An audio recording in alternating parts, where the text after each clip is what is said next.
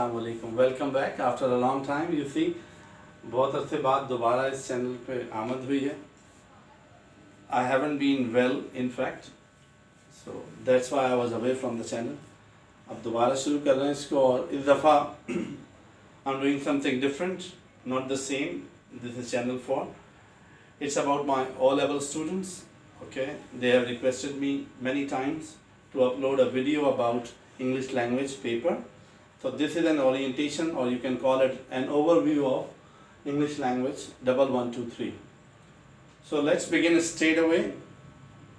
This will help many students, those who are studying or going to appear English language paper this year.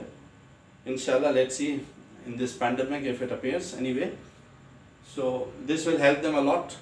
Okay, this is all about the paper. Let's start straight away. English language paper O-level 1123 subject code.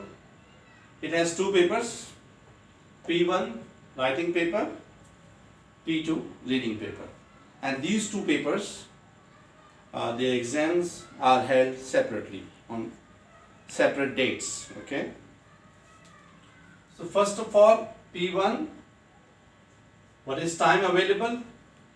1 hour 30 minutes. This is the time for P1, 1 hour 30 minutes. And marks, 60 marks. 60 marks, it has two sections. Section 1, directed writing.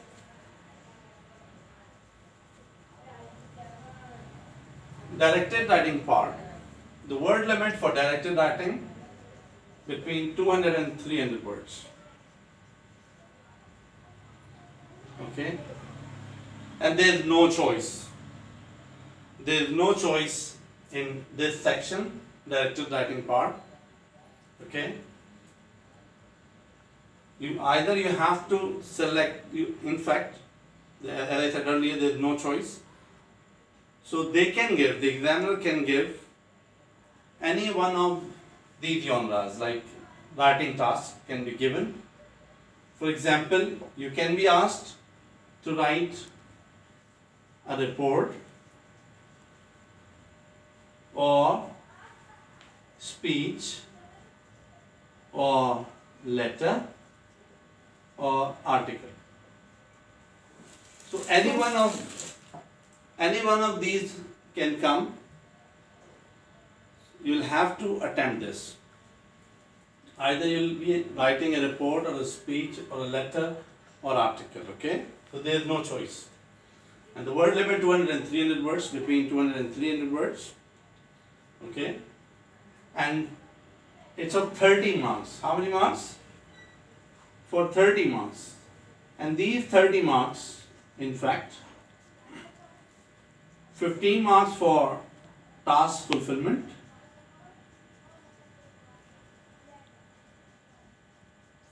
and 15 marks for language. So this is section 1, directed writing part. Section 2, earlier it was called creative writing, now it's called composition. For this, word limit is 350 to 500 words.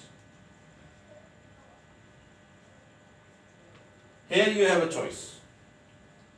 Out of 5 topics, you can select one. So what are those 5 topics? 1, descriptive topic. 2, argumentative.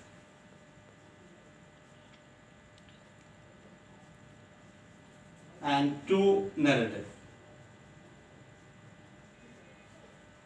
So out of these 5 topics, you will select one.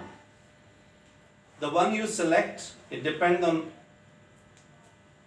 what you write well, on which topic you have capabilities. For example, you are good at descriptive writing, you know many adjectives, so you better go for descriptive writing. You can describe things. Okay, let's say if you're good at debating skills, so you can go for argumentative writing. And for narrative, those who love stories and can write wonderful, interesting stories with twisting end, they can go for narrative writing. So two topics are there for narrative writing, two for argumentative, and one for descriptive. Okay. So out of these 5 topics, you will select one topic. Okay.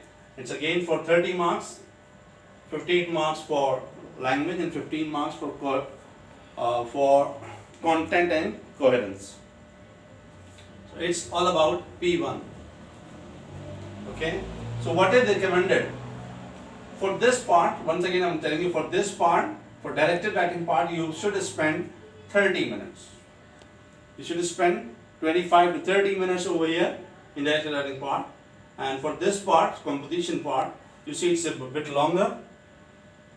So you need to spend 55 minutes, 55 to 60 minutes, okay? So please plan yourself first before you choose a topic, read the paper carefully. Okay, let's say you are doing it first, directed writing task. So what you need to do is to read the task given. Okay, we'll further talk about this. Right now I'm giving an overview. That's it for part 1. I mean paper 1. Okay, so we'll move towards straight away reading paper 2. Paper 2 for time. For paper 2 is 1 hour 45 minutes. 1 hour 45 minutes, and it's of 50 marks. How many marks? Well, I'm writing here 50 marks. 50 marks for P2. There are 2 passages. Actually, in paper 2, in reading paper, there are 2 passages, 2 sections. So, section 1, you can say reading for ideas. Reading for ideas. This is passage 1. What happens in passage 1? This passage is of 700 words approximately, and it's a non-fiction. It's a non-fiction passage.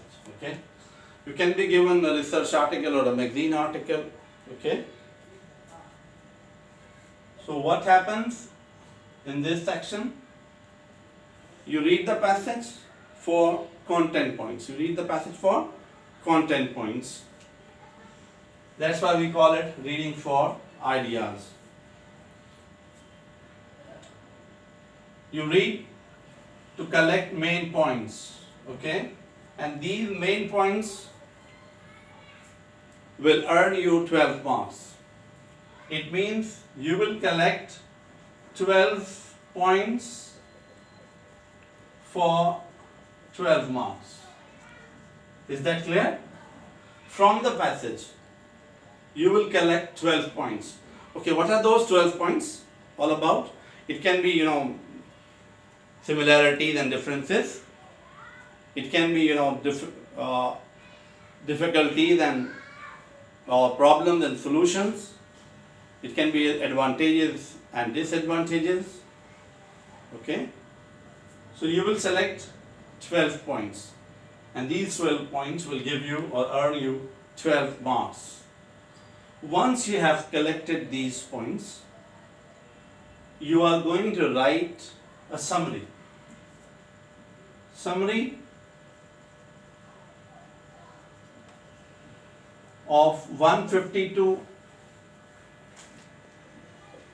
180 words. 150 to 180 word summary you will write based on these 12 points, and summary for 10 marks.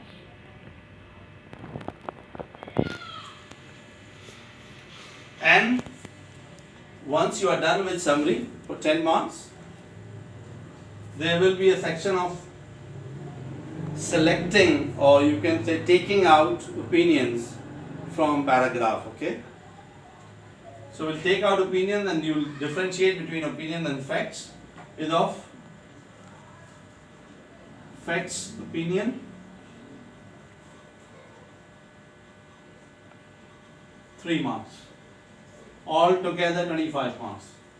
So section 1 reading for ideas, 25 marks. Okay. And now section 2, reading for meaning.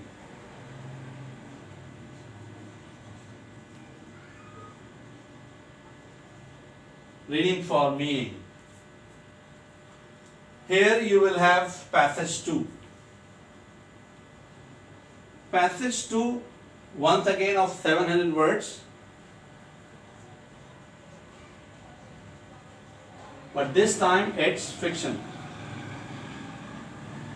It means the passage has been taken from any novel, any short story, okay? It's fiction. So that you can appreciate the writer's craft. You can appreciate that how novelists write, how stories are written, okay? And there are certain questions you need to attempt. Mainly implicit questions and explicit questions, okay? So in this passage you read a passage 2, non-fiction passage, and there are types of questions, mainly explicit questions. Explicit questions are there. When I say explicit question, it means literal level question. The questions are very easy, not that much difficult, okay? Easier questions. Questions which answers are there on the surface level, okay?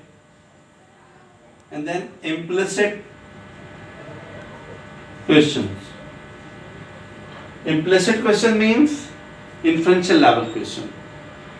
Inferential level question means answers of these types of questions, they are hidden in the passage. They are not clearly stated, okay? What you need to do is you need to figure out the answer from the context, okay? It's not clearly stated. So these are two main types of questions. And there are some more questions, own word questions. Own words questions are also there. There are certain questions where you are asked to explain in your own words. So you need to pinpoint the keywords in the question, and then you need to provide synonyms when you are writing the answers, okay? One more thing, in fact few more things, apart from explicit, implicit and own words questions. Meaning and effect. There is a question about meaning and its effect. Here the examiner takes out or a verbatim, or they take out a piece of, you can say, a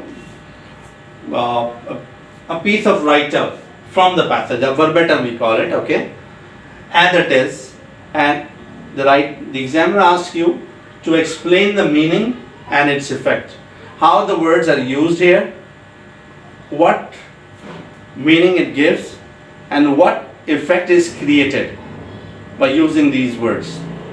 So meaning and effect questions are also there. And then in the end comes vocabulary part. That is words meaning. Vocabulary words meaning are given in MCQs form, so they are a lot more easier. One word has been taken from the passage, the line number is given. You read the context, you read the word that's given, you read the context, and you figure out the meaning that there. There are 4 meanings given, you need to select one meaning, you need to circle the best word, okay, that gives the same meaning. So this is an overview of English language 1123 paper, a short overview. Hope this will be beneficial for those, okay. Thank you so much. Allah Hafiz.